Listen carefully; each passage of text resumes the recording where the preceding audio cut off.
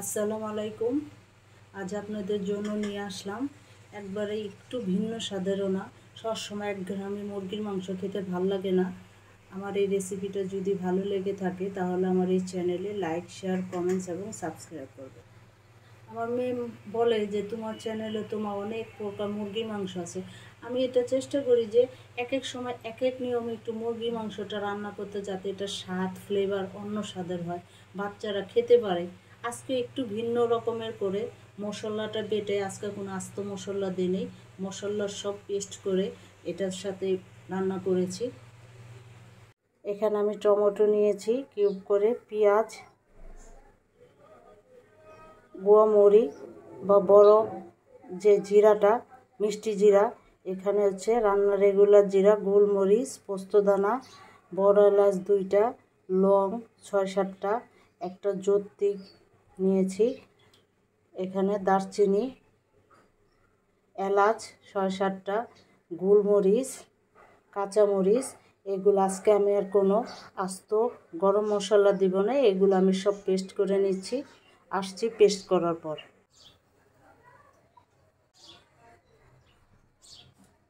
আজকে রান্নাটা আমি করব সরিষার তেল দিয়ে।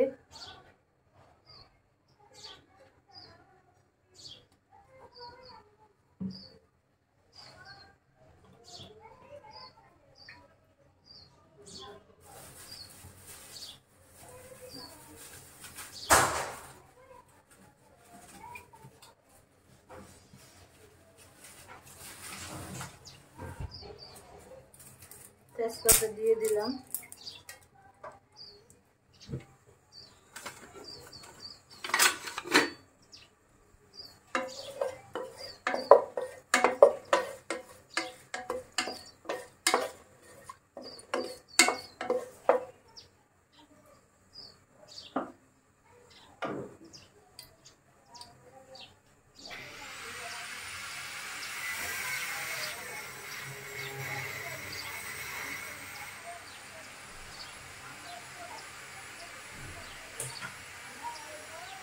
আদা রসুন পেস্ট,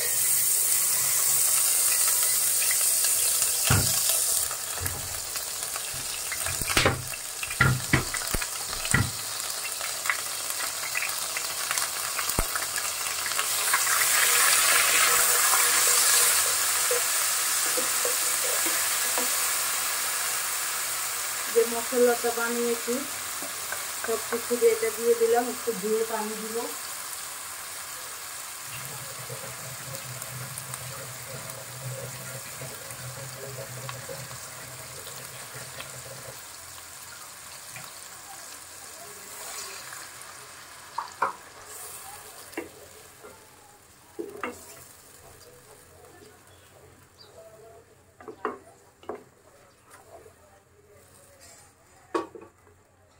কষানো হোক।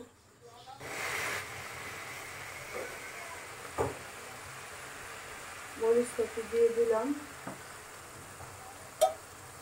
ধনিয়া পাতা,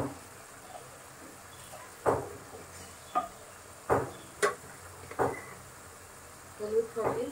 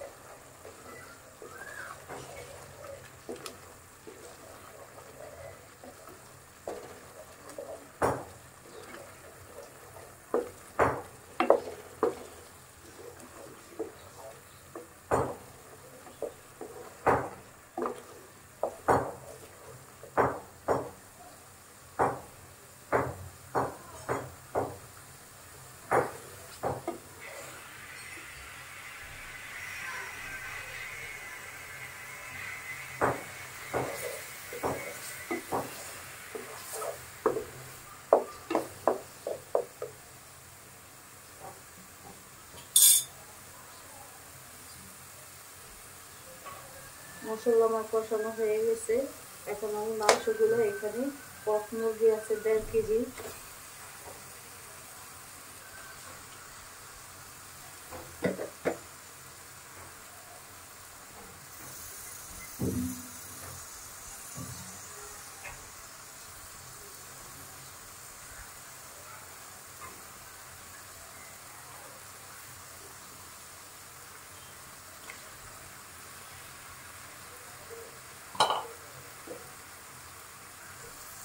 লবণ পরিমাণ মতো,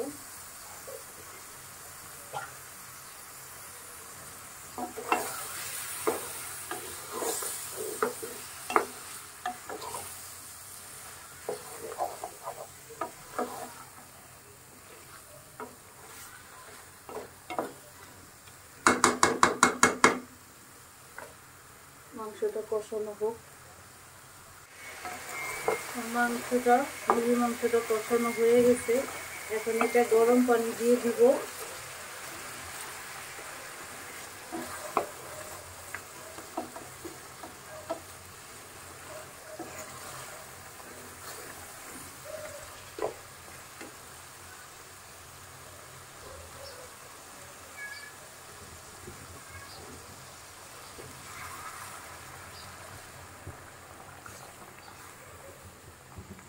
যেহেতু মুরগি সিদ্ধ হতে সময় লাগবে আর পানিটাও একটু বেশি লাগবে, এর জন্য একটু পানির পরিমাণ বেশি দিলাম। এখন মিডিয়াম আঁচে রান্না করব 30-35 মিনিট বা 40 মিনিট। সিদ্ধ হতে যতক্ষণ লাগে মাঝে সাঝে আমি একটু নাড়াচাড়া দিয়ে দিব। হাই হিটে দিবেন না, তাহলে ঝোলটা শুকিয়ে যাবে আর মাংসটা সিদ্ধ হবে না। কক মুরগি এমনিতে সিদ্ধ হতে অনেক সময় লাগে।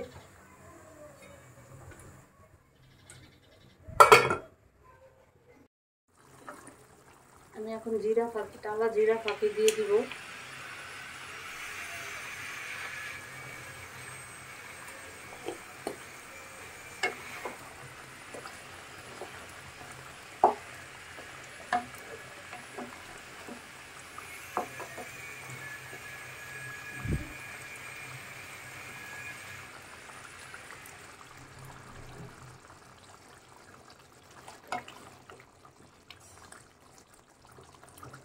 আরো 5-6 মিনিট রান্না করব।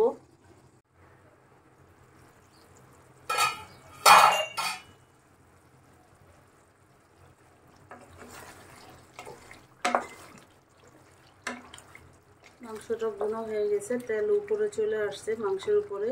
এখন আমি চুলার গ্যাসটা অফ করে দিব। রান্না কমপ্লিট।